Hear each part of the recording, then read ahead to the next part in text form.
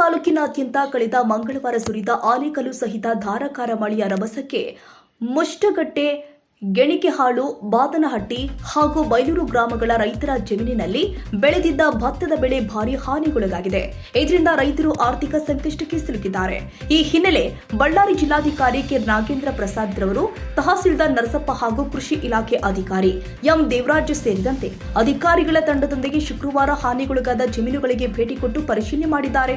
ಈ ವೇಳೆ ಮಾತನಾಡಿದ ಜಿಲ್ಲಾಧಿಕಾರಿ ಕೆ. ನಾಗೇಂದ್ರ ಪ್ರಸಾದ್, ಅಕಾಲಿಕ ಮಳೆಯಿಂದಾಗಿ ಕೆಲವು ಪ್ರದೇಶದಲ್ಲಿ ಭತ್ತದ ಬೆಳೆ ಹಾನಿಗೊಂಡಿದ್ದು ಸಂಪೂರ್ಣ ಪರಿಶೀಲನೆ ನಡೆಸಿ ಸರ್ಕಾರಕ್ಕೆ ವರದಿ ಸಲ್ಲಿಸಲಾಗಿದೆ. ನಂತರ ಸರ್ಕಾರದಿಂದ ಪರಿಹಾರ ಘೋಷಣೆ ಆದ ಕೂಡಲೇ ರೈತರಿಗೆ ತ್ವರಿತವಾಗಿ ನೆರವು ನೀಡಲಾಗಿದೆ ಅಂತ ಭರವಸೆ ಕೊಟ್ಟಿದ್ದಾರೆ. ಪರಿಶೀಲನೆ ಸಂದರ್ಭದಲ್ಲಿ ರೈತರು ತಮ್ಮ ಸಮಸ್ಯೆಗಳು ಹಾಗೂ ನಷ್ಟದ ಕುರಿತು ಜಿಲ್ಲಾಧಿಕಾರಿಗಳಿಗೆ ವಿವರವಾಗಿ ಮನವಿ ಸಲ್ಲಿಸಿದ್ದಾರೆ. ಈ ವೇಳೆ ಕಂದಾಯ, ಕೃಷಿ, ತೋಟಗಾರಿಕೆ ಸೇರಿ ವಿವಿಧ ಇಲಾಖೆಗಳ ಅಧಿಕಾರಿಗಳು, ಸಿಬ್ಬಂದಿ ಹಾಗೂ ರೈತರು ಉಪಸ್ಥಿತರಿದ್ದರು. ಎಸ್ಪೆಷಲಿ ಭತ್ತ ಈ ಆಲಿಕಲ್ ಇಂದ ಹೇಲ್ ಸ್ಟಾರ್ಮಿಂದಾಗಿ ಆಲಿಕಲ್ ಮಳೆ ಬಿದ್ದಿದ್ದರಿಂದ ಸೊ ಏನು ತೆನೆಗಟ್ಟಿತ್ತು ಈಗ ಭತ್ತ, ಆ ತೆನೆಯಿಂದನೇ ಅದು ಕಾಳುಗಳು ಉದುರಿದೆ ಮೋಸ್ಟ್ ಆಫ್ ದ. ಮತ್ತು ಕೆಲವು ಕಡೆ ಅದು ಬೆಳೆ ಕೂಡ ಅದು ಲಾಡ್ಜಿಂಗ್ ಆಗಿದೆ, ಅಂದರೆ ಮಲಗಿಬಿಟ್ಟಿದೆ. ಸೊ ಈ ಥರದ್ದು ಇವತ್ತು ಕುರುಗೋಡಲ್ಲೇ ಹೈಯೆಸ್ಟ್ ಆಗಿರೋದು ನಮ್ಮ ಬಳ್ಳಾರಿ ಜಿಲ್ಲೆಯಲ್ಲಿ. ಕುರುಗೋಡು ಬಿಟ್ಟರೆ ಸಿರುಗುಪ್ಪ, ಎರಡು ತಾಲೂಕಲ್ಲಿ ಈ ಥರ ಸಮಸ್ಯೆ ಬಂದಿದೆ. ಕುರುಗೋಡಲ್ಲಿ ಸುಮಾರು 434 ಹೆಕ್ಟೇರ್ ನಮಗೆ ಹೇಳಿದ್ದಾರೆ. ಈಗ ಅಸೆಸ್ಮೆಂಟ್ ಓನ್ಲಿ ಭತ್ತ ಸರ್, ಹೆಚ್ಚು ಕಮ್ಮಿ 450 ಹೆಕ್ಟೇರ್ಸ್ ಅಷ್ಟು ಓನ್ಲಿ ಭತ್ತ ನನಗೆ ಇವತ್ತು ರಿಪೋರ್ಟ್ ಆಗಿದೆ. ಸೊ ಇದನ್ನು ನಾನು ಒಂದು ಕ್ರಾಸ್ ಚೆಕ್ ಮಾಡ್ತಿದ್ದೀನಿ. ಸೊ ಆ್ಯಕ್ಚುಲಿ ಫೀಲ್ಡಲ್ಲಿ ಏನಾಗಿದೆ, ರೈತರು ಏನು ಹೇಳ್ತಾರೆ ಅಂತ ತಿಳ್ಕೊಳ್ಳೋಕೆ ಬಂದಿದೆ. ಸೊ ಈಗಾಗಲೇ ನಾವು ಈ ಮಾಹಿತಿಯನ್ನು ಪ್ರಿಲಿಮಿನರಿ ನಾವು ಅಪ್ಲೋಡ್ ಮಾಡಿದ್ದೀವಿ. ನಮ್ಮ ಏನು ಪೋರ್ಟಲ್ ಇದೆ, ಆ ಪೋರ್ಟಲಲ್ಲಿ ನಾವೀಗ ಎಂಟ್ರಿ ಮಾಡಿದ್ದೀವಿ.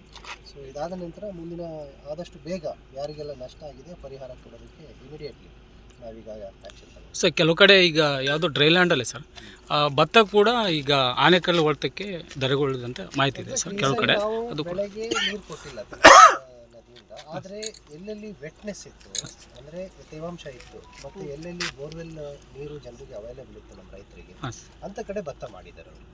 ಸೊ ಈಗ ನಮಗೆ ಇದು Kaveri variety, Ganga Kaveri correct, variety ಅದು ಹೆಚ್ಚಾಗಿ ಅಫೆಕ್ಟ್ ಆಗಿದೆ. ಯಾಕೆಂದರೆ ಈಗ ಜಾಸ್ತಿ ಅದನ್ನೇ ಬೆಳೆದಿದ್ದಾರೆ, ಹೆಚ್ಚಾಗಿ ಅಫೆಕ್ಟ್ ಆಗಿರೋದಂಥದ್ದು ಆ ವೆರೈಟಿ. ಸೊ ಅದೆಲ್ಲ ಇವತ್ತು ಅಸೆಸ್ಮೆಂಟನ್ನು ಆಗಿಬಿಟ್ಟಿದೆ, joint assessment by agriculture department ಮತ್ತು ನಮ್ಮ ಜಿಲ್ಲಾಡಳಿತದ ವತಿಯಿಂದ ಈಗಾಗಲೇ ಆಗಿದೆ. ಸೊ ಈಗೇನು ಮುಂದಿನ ಪ್ರಕ್ರಿಯೆ ಇದೆ ಅದನ್ನು ಇಮಿಡಿಯೇಟ್ಲಿ ಮಾಡಿ ಈ ರೈತರು ಏನಿಲ್ಲ ಪರಿಹಾರ. ಆಮೇಲೆ ಕೆಲವರೆಲ್ಲ ಭತ್ತ ಅಂತ ಮಾಡಿಸ್ಕೊಂಡಿರಲ್ಲ ಸರ್, ಆ ಥರ ಸಮಸ್ಯೆ ಇದ್ದಾಗ ಸರ್ ಈ ಪಾಣಿಗಳಲ್ಲೇ ಕೆಲವು ಬೆಳೆ ಒಂದಿರುತ್ತೆ, ಬಟ್ ಇಲ್ಲಿ ಬೆಳೆ ಹಾಕಿರೋದು ಒಂದಿರುತ್ತೆ. ನಾವು ಇದೆ ಆ್ಯಕ್ಚುಯಲ್ ಲಾಸ್ ಈಗ ಫೀಲ್ಡಲ್ಲಿ, ಅದಕ್ಕೆ ನಾನೇ ಬಂದಿದ್ದೀನಿ, ನೋಡಿದ್ದೀನಿ. ಸೊ ಆ ಟೆಕ್ನಿಕಲ್ ಇಶ್ಯೂಸ್ ನೀವು ಪರ್ಸೆಂಟೇಜ್ ವೈಸ್ ಪರ್ಸೆಂಟೇಜ್ 33%ಗಿಂತ ಹೆಚ್ಚು ಡ್ಯಾಮೇಜ್ ಆಗಿದ್ರೆ ನಾವು 100% ಡ್ಯಾಮೇಜ್ ಅಂತ ತಗೊಳ್ಳೋಕ್ಕೆ ನಮ್ಮ NDRF ಗೈಡ್ಲೈನ್ಸಲ್ಲಿ ಅವಕಾಶ ಇದೆ. ಅದಕ್ಕೆ ನಾನು ನೋಡ್ತಾ ಇದ್ದೀನಿ ಈಗ ತೆನೆಗಳಲ್ಲಿ ಸುಮಾರು 50-60% ಅಷ್ಟು ತೆನೆ ಉದುರಿರುವಂತಹ ಪ್ರಕರಣ ಕಾಣ್ತಾ ಇದೆ. ಸೊ ಅದರಿಂದ ಅದನ್ನು 100% ಅಂತಲೇ ನಾವು ಸರ್. ಆಮೇಲೆ ನಮ್ಮ ತಾಲೂಕಲ್ಲಿ ಸರ್ ಈ ಕೃಷಿ ಯೋಗ್ಯ ಭೂಮಿಗಳೇನಿದಾವಲ್ಲ, ಈಗ ಗ್ರಾವೆಲ್ ಅಂತೇಳಿ ಏನಿದೆ ಸರ್, ಈಗ ಭೂಮಿ ರೈತರು ಈಗ ಕೃಷಿ ಇಲಾಖೆ ಕಡೆಯಿಂದ ನಾವು ಸಮತಟ್ಟು ಮಾಡ್ತೀವಿ ಭೂಮಿ ಅಂತ ಪರ್ಮಿಷನ್ ತಗೊಂತಾರೆ. ಅದನ್ನು ಇನ್ನೊಬ್ರು ಯಾರೋ ದಲ್ಲಾಳಿ ಕೊಟ್ಟು ಅಂದರೆ ಆಳವಾಗಿ ಡಿಗ್ಗಿಂಗ್ ಮಾಡಿ ಎಲ್ಲ ಗ್ರಾವೆಲೆಲ್ಲ ಹೊಡಿತಿದ್ದಾರೆ ನಮ್ಮ ತಾಲೂಕಲ್ಲಿ. ಈಗಾಗಲೇ ಮೊನ್ನೆ ಟಾಸ್ಕ್ ಫೋರ್ಸ್ ಮೀಟಿಂಗ್ ಮಾಡಿದ್ದೀವಿ. ನಮ್ಮ ಗಣಿ ಇಲಾಖೆಯವರು, SP, CEO ಮತ್ತು ಕನ್ಸರ್ನ್ PWD ಇಲಾಖೆ ಎಲ್ಲರೂ ಸೇರಿ ಟಾಸ್ಕ್ ಫೋರ್ಸ್ ಮೀಟಿಂಗಲ್ಲಿ ಮಾಡಿ. ಈಗ ರೈತರಿಗೆ ಅದ್ರ ಬಗ್ಗೆ ಗೊತ್ತಿಲ್ಲ. ಈ ವಿಷಯ ನಮ್ಮ ಗಮನಕ್ಕೆ ಬಂದಿದೆ. ಅಂದರೆ ನಾವು ಎಷ್ಟು ಅಡಿ ಲೆವೆಲಿಂಗ್ ಅಂತ ಒಂದು ಪರ್ಮಿಷನ್ ಕೊಡ್ತೀವಿ. 3 ಫೀಟ್ ಅಂತ ಹೇಳ್ತಾರೆ ಸರ್, ಬಟ್ ಅದು 3 ಫೀಟ್ ಅಂತ ಹೇಳ್ತಾರೆ, ಬಟ್ ಎಲ್ಲಿ ಚೆನ್ನಾಗಿಲ್ಲ ಅದನ್ನ ಮಾತ್ರ ಮಾಡ್ತಾ ಇಲ್ಲ, ಕಂಪ್ಲೀಟ್ ಹೊಲನೇ ತೊಗೊಂಡ್ಬಿಡ್ತಾರೆ. ಈಗ ಅದು ಏನಾಗ್ತಿದೆ ಅಂದ್ರೆ ರೈತರಿಗೆ ಮಾತ್ರ ನಮ್ಮ ಹೊಲ ಲೆವೆಲ್ ಮಾಡ್ಕೊಡ್ತಾರೆ ಅನ್ನೋದು ಮಾತ್ರ ಆಗುತ್ತೆ ಸರ್ ಗಮನಕ್ಕೆ, ಬಟ್ ಇವ್ರು ವ್ಯಾಪಾರ ಮಾಡ್ಕೊಳ್ಳೋದು ಮಾತ್ರ ರೈತರ ಗಮನಕ್ಕಿಲ್ಲ. ನಿಜವಾಗ್ಲೂ ಲಾಸ್ ಆಗ್ತಿರೋದು ಲೈಸ, ಅದು ದುಡ್ಡು ಮಾಡ್ಕೊಳ್ಳೋರು ಮಾತ್ರ ಇವರು ಮಧ್ಯವರ್ತಿಗಳು. ಸ್ವಲ್ಪ ಅದ್ರ ಬಗ್ಗೆ ಗಮನ ಕೊಟ್ಟು ರೈತರಿಗೂ ಕೂಡ ಅನುಕೂಲ ಆಗುತ್ತೆ ಸರ್. ಮಾಹಿತಿ ಕೊಡ್ತಾರೆ ರೈತರಿಗೆ, ಒಂದು ಮಾಹಿತಿ ಅವೇರ್ನೆಸ್ ಮಾಡ್ತಕ್ಕಂಥ ಕಾರ್ಯಕ್ರಮಗಳು ಆಗ್ಬೇಕು ಸರ್. ಕಾರ್ಯಕ್ರಮ ನಡಿಬೇಕು. ಹೌದು ಸರ್. ಸರ್ ಅದೊಂದು, ಆಮೇಲೆ ಪೆಟ್ರೋಲ್ ಬಂಕಲ್ಲ ಸರ್, ಈಗ ಕನಿಷ್ಠ ಸೌಲಭ್ಯ ಸರ್. ಈಗ ವಿಷಯಾಂತರ ಮಾಡೋದು ಬೇಡ. Okay sir. ಈಗ ಟಾಸ್ಕ್ ಫೋರ್ಸಲ್ಲಿ ಈ ವಿಷಯ ನಮಗೆ ಗಮನಕ್ಕೆ ಬಂತು. ಸೊ ಆದ್ದರಿಂದ ಈಗ ಯಾವ ರೈತರು ಪರ್ಮಿಷನ್ ಕೇಳೋಕ್ಕೆ ಬರ್ತಾರೆ, ಈಗಾಗಲೇ ನಮ್ಮ ಮುಂದೆ ಏನಿತ್ತು ಅವ್ರಿಗೆಲ್ಲ ಏನು ಹೇಳಿದ್ದೀವಿ, ಆ ರೈತರ ಹೊಲನ ನಮ್ಮ ಇಲಾಖೆಯವರು ಹೋಗಿ ನೋಡಬೇಕು. ಮೈನಿಂಗ್ ಇಲಾಖೆಯವರು ಮತ್ತು ನಮ್ಮ ಅಗ್ರಿಕಲ್ಚರ್ ಅಥವಾ ಹಾರ್ಟಿಕಲ್ಚರ್ ಯಾರು ಕನ್ಸರ್ನ್ ಯಾವ ಬೆಳೆಗೋಸ್ಕರ ಮಾಡ್ತಿದ್ದಾರೆ ರೈತರು, ಅವರು ಜಾಯಿಂಟಾಗಿ ನೋಡಬೇಕು.